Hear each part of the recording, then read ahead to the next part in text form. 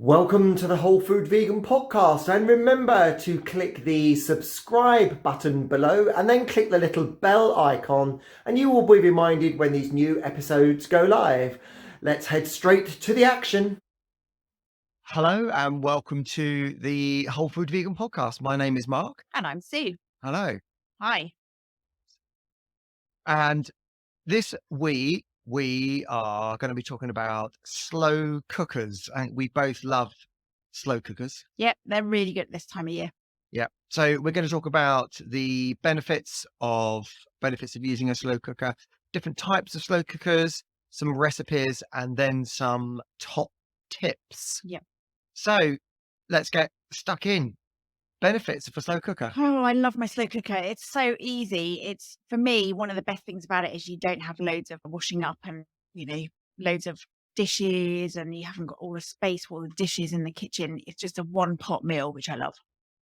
Very, very efficient. Very efficient. Efficient cooking, because you haven't got to get lots of pots and pans out, and also efficient washing up. I like that. And you don't have to do a lot of prep very often. You could just literally chuck it all in and leave it, which I do quite often. Yeah. Great. And we find them very versatile. So people seem to think that you can only use a slow cooker for stews and things like that. But we've cooked all sorts of things, and we will talk about some of those recipes. There's different things that we've cooked a bit later on. Yeah. So a slow cooker doesn't have to be just for a sloppy stew. You can use all sorts of things in it, and we'll talk about those specifically. Although often that is what you get if you don't know what you're doing. Yeah, it can be. But it is good for when you've got like groups of people coming over as well. I quite like making a fondue or something like that. And even just a big dish of something in the slow cooker, you can keep it warm and then you just leave it in the middle of the table and people can serve themselves. Which is good. And if you've got people coming over, you cook, and you're starting to cook perhaps about lunchtime if they're coming over in the evening. Yeah. And it doesn't matter if they're a little bit late. That's fine. They can stay in the slow cooker for an extra hour, and it's not going to do it any harm. So it's really good. And you can have a glass of wine. Yeah, in the rest of exactly. the Your time friends you've got- come over, you have a glass of wine. It's like, oh, you ready to eat now? Yes. Yeah. And then straight into the slow cooker and it's cooked. Yeah. And they're very portable, obviously, by their nature. So they're very easy to take away with you if you want to, go camping and you've got perhaps a camper van or something like that. Again, because it's a space saver and because it's really easy, you can literally just chuck it all in, plug it in, go off for your walk or whatever you're doing that day, come back and it's all ready. Yeah. Yeah. And really good for if you've got a busy life. So I think you put stuff in before you go to work in the morning, put it on a slow setting. Certainly I work from home. So if I've got a busy evening and I won't have time to cook, I might prep at lunchtime, chuck it all in a slow cooker, and then 5:00, 5:30, I finish work and tea's ready. Yep. Really good. Absolutely. And it's also very energy efficient depending on what you use it for. So I've done some calculations here, and I'll put the full calculations in the show notes.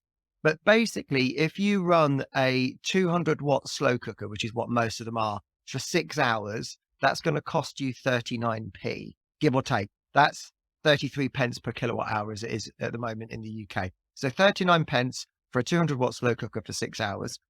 Equivalent in an oven. If you put an oven on for 40 minutes, so a 2 kilowatt oven at 40 minutes would cost you 43 pence. So only 4 pence more. I mean, that is 10%. So 10% more in an oven for 40 minutes. But let's say you decided to cook something in the oven and it took more than 40 minutes, like a jacket potato. If you cooked a jacket potato in the oven for 4 hours, it would cost you £2.64. Whereas a jacket potato in a slow cooker for 6 hours would cost you 39p. Yeah. That's a massive difference. So a very rough rule of thumb is slow cooker is cheaper if you're going to have the oven on for longer than 40 minutes. So a 40-minute oven time, and it's about the same. Any longer than that, it's much cheaper than a slow cooker. And I think also if you've got more than one person in the house and you're eating at different times, so perhaps you've got kids coming home at different times, or you've got one of you is working and another one's working a different shift or something like that, they can be really useful because you can just keep it warm and you can cook it and it'd be ready and it doesn't spoil if you just keep it heating up. Whereas if you kept it in an oven or you had to reheat the oven to put it on again to heat it up, then that's obviously energy inefficient. Yeah.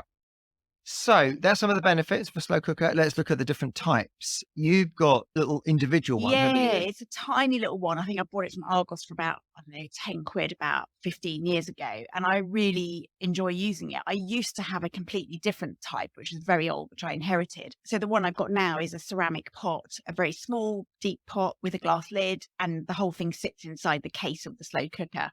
The other one I used to have was a bottom heated one. So it was a big sort of casserole dish on almost what looked like a camping stove. And it used to cook it from the bottom. And it wasn't enclosed, so it didn't keep the heat as much. But what I like about this one that I've got now is it's tiny, and it just means it's enough for one person. It's great. And so how many settings has it got? It's only got one setting. So it's either on or off. Literally on or off, yeah. Yeah. Whereas mine, I've got a larger family size one. So I think mine was something like £25, I think, again from Argos. But I've got 3 settings. So low, high, and keep warm. Mm. And so a low setting would be if you want to cook something throughout a whole day, perhaps 8 hours, something like that. A high setting will cook the same food in about 4 hours. And what I like about it as well is once the food's cooked, as actors be saying, if friends are coming over, I just switch it down to the keep warm setting. Yep. And it keeps it warm. I've also used the keep warm setting for mulled wine at Christmas. Oh, yeah. That's It was a good really, one. Yeah, really yeah. good mulled wine in a slow Oh, cooker you on make keep me- warm. Making me want a glass of mulled wine now. Could all go wrong. I know Okay. you're going to say something else. Then, Yeah, weren't you? yeah. So that is quite useful. And another thing, if you've got a really basic one like mine, where it hasn't got heat settings and things, you don't want to go out and leave it for 12 hours, which I have done before, come home to slush, basically. What you can do is just use an ordinary timer switch, plug it into that and set it to come on perhaps 6 hours before you're getting home. That's a really good tip. Yeah. Okay, so some of the things that you can cook in slow cookers. So a lot of people talk about obviously making stew.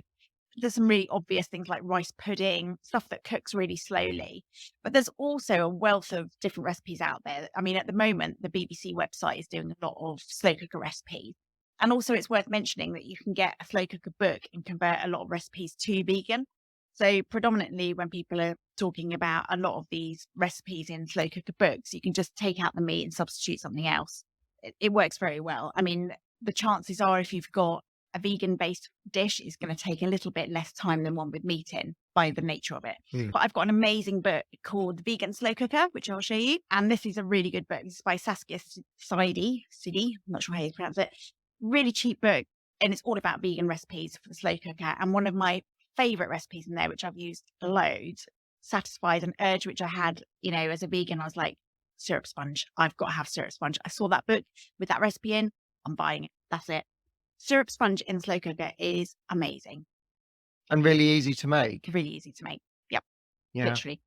And what else do we make in there? Well, I mean, I'll use it quite often to make a basic sauce. So this is kind of more classic of what you think a slow cooker would be. Like a bolognese. A bolognese sauce. Yeah. But I really like just the basic bolognese sauce of just perhaps frying some onions off first, just to brown them off a bit. And we'll talk about some tips for slow cookers in a moment. But brown some onions off. I heat all of my stuff up first before I put it in. So I usually get stuff warm in a pan. So just fry some onions, some garlic, perhaps some ginger, put in how you would normally make a bolognese sauce. So perhaps with tofu, you might use textured vegetable protein. I also just take some root vegetables. So carrots, parsnips, beetroot, put them in a whizzer.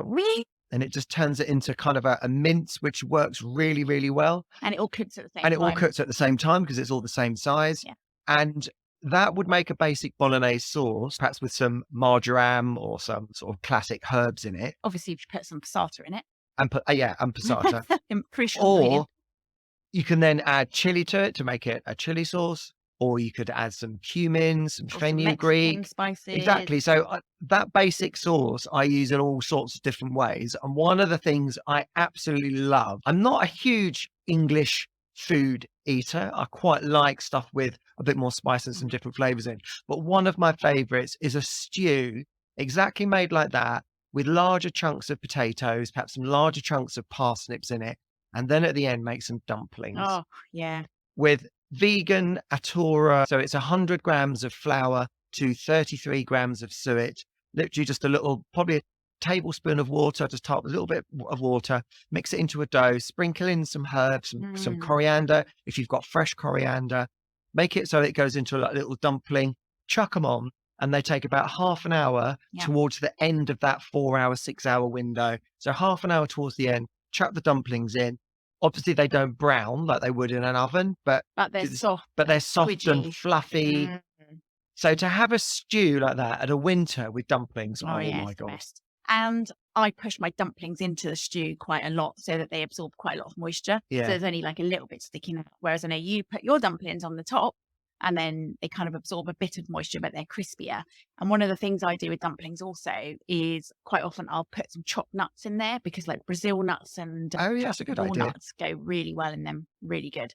Again, that's something that you can play with. You can put, vegan parmesan in or, a bit of nooch or whatever you fancy. But yeah, dumplings. Nutritional yeast, that is. Sorry, For anyone that yeah. doesn't know, nooch, yeah. Another thing which you can do if you've made the sort of bolognese sauce, as Mark was saying, is you can then layer that in a lasagna, or you can make it into a shepherd's pie, or you can make it into chili. It's very versatile, but once you've cooked it, freeze what you've got left, and Yeah. then although I know you never quite make it to freezing I the don't. rest I always because you eat it eat all. it. If you do a shepherd's pie, you do have to cook the potatoes separately. Yeah. You do the mashed potatoes separately, and the mashed potato literally just goes on for the last 20 minutes, half an hour. You Yeah. don't cook it, No, the mashed potato good as point. well. Yeah, good point. But of course, there's all the obvious things like curry. That's a really good one to do in the slow cooker because it seals all the flavors in. Things like gratins are really good. So if you've got loads of root vegetables, you just don't know what to do with them, chuck them in the slow cooker in layers with a bit of vegan cream and So you slice them with Yeah. a mandolin or Yeah. with a food presser, so they're Yeah. very thinly sliced. yeah, so that's really good. Beetroots, parsnips, all that kind of stuff. There's loads And of then stuff. liquid that you put around the gratin. Yeah, What do so I you would use? put a bit of stock in there as well as vegan cream. So I Yeah. would just put like, I don't know, Soya cream or coconut milk, yeah, anything like that really. You know what we're like. We kind of make it up as we go along depending on what's in the cupboard. nooch. Yeah, a bit Mustard. of nooch. Yeah, anything really. Chuck it all in. Have a glass of wine while you're doing it. The more Yeah. you drink, the less you care about what's in the slow I cooker. do. I don't think we're not here to tell people just you can eat anything, whatever you Oh, can yeah. eat anything and it tastes brilliant if you have That enough to way. drink. Yeah. And another thing that's really good is things like slow cooked vegetables. So slow cooked aubergine, slow cooked sweet potatoes. Mm. Really, really good in the slow cooker. Again, things that would take a long time in the oven. you I know. tell you what else we've not written down on our notes here is caramelized onions. Oh, Because the slower you Oh, cook that's onions, amazing.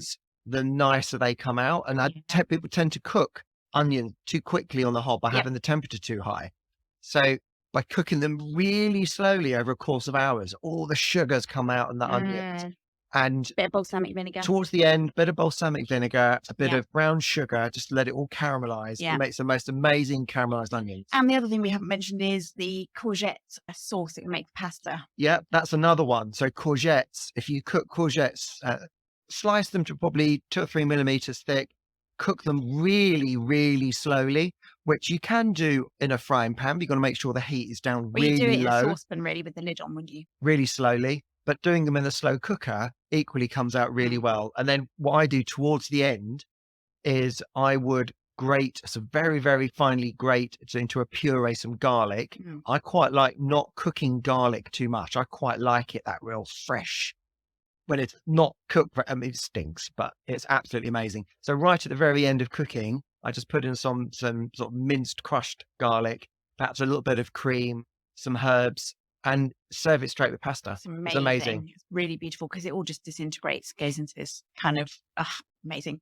Another thing I really like doing is risotto. So slow cooked risotto is really good. Yeah, really good.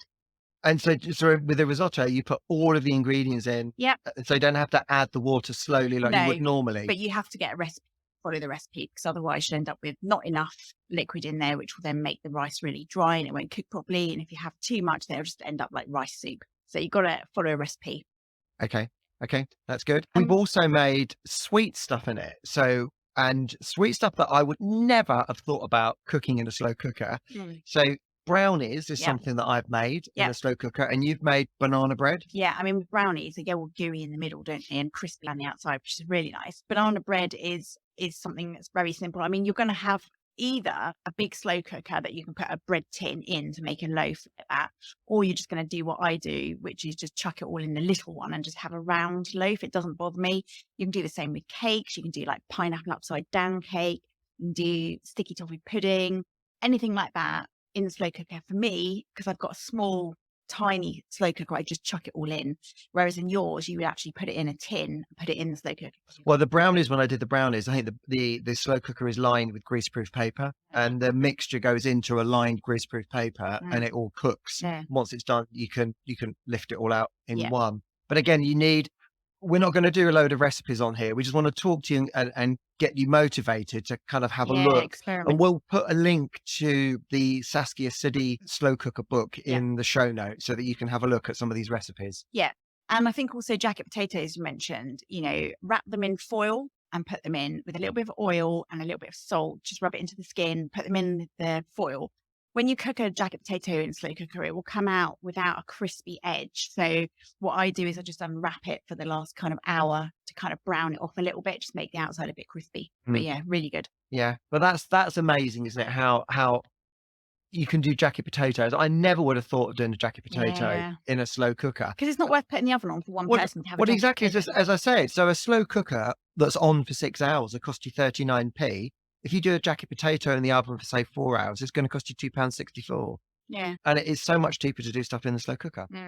So, experiment. You can make all sorts of stuff. Bread is really good in the slow cooker. Proving bread in the slow cooker, that's good as well. Probably make the bread up, knead it and everything, and then put it into cook. That's a really good one as well. And soup. Yeah, I mean, obvious stuff like soup, particularly if you've got leftover from whatever you've made. If you've made like a curry or a bolognese or a chili, just whiz it up and keep it as soup in the freezer, and you've got a ready-made meal when you need it. Macaroni cheese as well, that's brilliant. So making up a sort of vegan sauce with perhaps nooch and a bit of mustard and a bit of soy sauce and a bit of tomato puree, make a sauce in a normal way, chuck a load of macaroni in with it, stir it all in, put it in the slow cooker and cook it. It's amazing. Wonderful. Sounds really good. So should we look at some cooking tips for slow cookers? Yeah. So you can literally, as we've said, chuck it all in, leave it, which, sometimes, let's face it, I do that because I haven't got time. So one of the key things with doing that is just to be aware that ingredients cook at different times. So if you've got some like beetroot in there and courgette, the beetroot is going to cook a lot longer than the courgette is. So you do need to be aware of the size of vegetables that you're putting in. So my advice is anything that's going to take a long time, cut it up really small. Anything that's going to take less time, cut it into bigger chunks. Yeah. The reason for that is you don't want to keep opening the slow cooker, because I've heard it said that every time you open the slow cooker to check on it or to add an ingredient, you're losing half an hour of the cooking time. So you're going to have to add on another half an hour, even if you just open the top to have a look. Yeah. So it is worth trying to get everything to cook at the same time. Yeah. Having said that, there are recipes where you will need to add things towards the end. Yeah. So some of the things that we would add towards the end, things like leafy greens. So if you've got kale, spinach, or chard, and you want to add those leaves towards the end, which can be really, really tasty. If you put those in at the beginning and cook them for 6 hours, they'll just go bitter and horrible. Yeah, it just goes like sludge. Yeah. So those kind of things, the leafy greens, we chop up fine, and then half an hour towards the end, lift the lid, chuck in the leafy greens, give them a stir around and put the lid back on again. And that'll be absolutely fine. So there are instances where you do add stuff towards the end. Yeah, I mean, with the moisture content, that's really getting it right is the key thing. So you obviously are keeping the environment very moist by the fact that the slow cooker will cook, make condensation, the water will fall back into the dish, unlike in a saucepan where you'll open it and it'll evaporate. Yeah. So you're probably going to have a higher moisture content. And also because of the fact that vegetables are cooking slowly, they'll release more moisture. They're not just getting fried and sealed. So for that reason, do have a look at it, do keep an eye on it, but start with a recipe to begin with, because the chances are that recipe is going to be more accurate. And there is variation. And it's going to look slightly drier, or there'll be less water at the beginning than you might otherwise use, because you're not going to lose the water through cooking in a saucepan. Yeah. Because you retain the water. Yeah. So I would suggest that if you're new to this and you're just making something that's perhaps a little bit trickier, like risotto, once you've got the recipe and you put all the ingredients in, you just shut the lid, and it is, worth getting a recipe to follow. And you will have to adapt it a little bit depending on what kind of make of slow cooker you've got, depending on how big it is, what the temperature in the room is as well. So that's the reason why, for instance, you pre-cook quite often, you make it up and then put it in the slow cooker. It saves a lot of time if the room is very cold, if the slow cooker is cold. Yeah. I always prep the stuff while slow cooker's on, so it's warm when it goes in, so it's up to temperature. The same as you would preheat an oven, basically. But yeah, if you're leaving it all day, it's going to go in at room temperature and it will heat up gradually. But yeah. And it's also important to make sure a slow cooker is on a flat surface, because you will get this Yeah. condensation build on the inside of the lid. And if stuff's at an angle, then it's all going to drip off and run different ways. And what you actually want is the condensation to build up on the lid. It then drips down and seals all the way around the edge. And that's how you get a seal. If it's on an angle, you'll have half of the slow cooker sealed and the other half not sealed. Yeah. And I think also that's a useful tip, which I'd never thought about until I got a slow cooker book, was that you can actually, at the end of the cooking process, leave the lid slightly ajar. And the reason you might do that is to evaporate off some of the liquid. If you've got too much liquid in there, or if you want to cook stuff slightly differently, just leave the lid off a little bit. It will evaporate some of the moisture, reduce the liquid content in the slow cooker. Likewise, if it's looking too liquid and you just want to add a spoonful of chai seeds, or you want to add a bit of corn flour in a sort of tiny amount of water, mix that together first, chuck that in, that will thicken it as well. I've done the same with sort of, bouillon and gravy granules as well, just kind of thickened it up quickly by chucking those in, giving it a stir, and then leave the lid off slightly.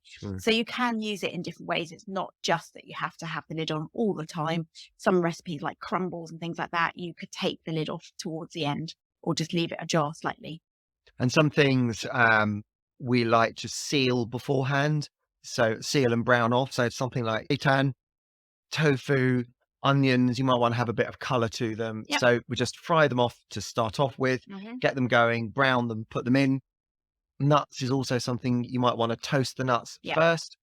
It brings out the flavor, activates the nuts, so they're a little bit healthier. They taste nicer. Yeah. So just toast them in a frying pan before putting them into the slow cooker. Yeah, I think that's really useful tips. And, don't be afraid to try different things in it and try and adapt recipes. So either that's from a existing cookbook, or you could just, play with recipes that you find online. There's loads of information out there, but it's a really, really good time to experiment in the winter with different slow cooker recipes, especially the mulled wine. I do like that. I've forgotten about that. You reminded me. I know. Guess what we're having this afternoon? Ooh, yeah, baby. And another tip we've got written down here is not to store stuff in the slow cooker, because they're usually quite made of a heavy ceramic, which takes a long time to cool down. And during that long time cooling down phase, you can get bacteria growth. Yeah. So if you want to store stuff, get it out of the slow cooker, put it into something else to allow it to cool quickly, then pop it in the fridge. Yeah, don't ever put your slow cooker middle in the fridge, because it's just not a good idea. It's not recommended at all. And likewise, if you haven't got a slow cooker liner, which apparently you can buy, what you can do with the slow cooker is actually line it with greaseproof paper. That's quite useful for things like pies or cakes or something like that. Biscuits. If you make those kind of things in the slow cooker, which you can also use individual cases in the slow cooker. So, like fairy cakes, you can put in the slow cooker in little individual cake cases, and they'll basically grow and cook in that. I've also seen on the internet, I haven't tried this, somebody cook a whole English breakfast in the slow cooker in one go. So they literally have all these little pots of like beans, scrambled tofu, wilted spinach, all that kind of stuff in little tubs, with all the sausages stood up around the edge. And they've actually cooked a whole vegan breakfast. In a slow cooker. Oh, sorry. No, it wasn't vegan. I beg your pardon. It wasn't a vegan breakfast. But you could easily veganize it. Absolutely. Yeah. You have to play around with it a bit. But yeah, that looks like quite fun. Brilliant. Especially if you can set it the night before, wake up in the morning. And it's cooked. And we used to do, when we used to go camping, we used to take our slow cooker and do porridge like that. So you'd put porridge in the night before, set the timer on for the slow cooker, wake up in the morning, especially because there were 6 of us. You'd wake up in the morning and have porridge that's already in the slow cooker from being on a timer overnight. And another thing, which I haven't mentioned, is stuffed vegetables. So things like stuffed peppers, stuffed with veg and rice and things, you can cook them in the slow cooker, as long as the rice is cooked before you put it in there. But again, it's knowing what prep you need to do in advance. Once you've done all that, you can either freeze ingredients ready chopped and ready to go and just chuck them in before you go to work and switch it on, or you can actually prep the whole thing, put it in the slow cooker, go and have a glass of wine, obviously, come back and it's all cooked in a few hours' time. So that's quite good. And I think check the instructions of your slow cooker, because my slow cooker definitely says do not put anything in cold. Yeah. But my slow cooker is much bigger. Yeah. Then that may be the reason why. Whereas if yours, you can put stuff in cold. So I think make sure you check the instructions of your individual cooker as to whether it says you can put cold stuff in or not. And a final thing about safety, because obviously we want you to be responsible, not drink too much while you're cooking. Just be aware of the obvious fact. If you're going to leave your slow cooker on all day, make sure there's no wires that are crossing over anything dangerous. Make sure there's nothing in the way that could fall on top of it and cause a fire. Make sure that no pets can jump up on the surface and get burned. Yes. Little kids can't reach it, all that kind of stuff, really basic, obvious stuff. And the most important one of all, which I can't believe people ever do this, don't put anything directly into the bottom of the slow cooker to cook without the actual dish. Oh, I see. Without the bowl in. Yeah, please don't do apparently that. people do that. Crazy. So that's it for this one. So hopefully that's been useful and you've enjoyed getting some inspiration. Again, I would say get a good book, have a look through, adapt some recipes, and just experiment like everything. So we're going to hang around a little bit now on Instagram. So if you want to engage with us live on these podcasts, make sure you follow the Whole Food Vegan podcast on Instagram, because all of these are streamed live as we're recording them. And then we can take direct questions from you. So give us a follow on Instagram. And we've also got to say to everyone, have a really happy, healthy vegan Christmas and all the best for the new year. And we will be back in January with another exciting topic, which we haven't actually decided yet. But it'll probably include mulled wine. Definitely. Yeah. Amongst other things. Yeah, we'll be on a health kick probably and talk Okay. about, we've eaten so much. And we'll probably talk about veganuary as well. Yes, we will, because we will be back in January. Yep. So that's it from us. All right. So all the best. Have a great Christmas. Thanks for following us and share with your friends. Bye Enjoy. now. Bye.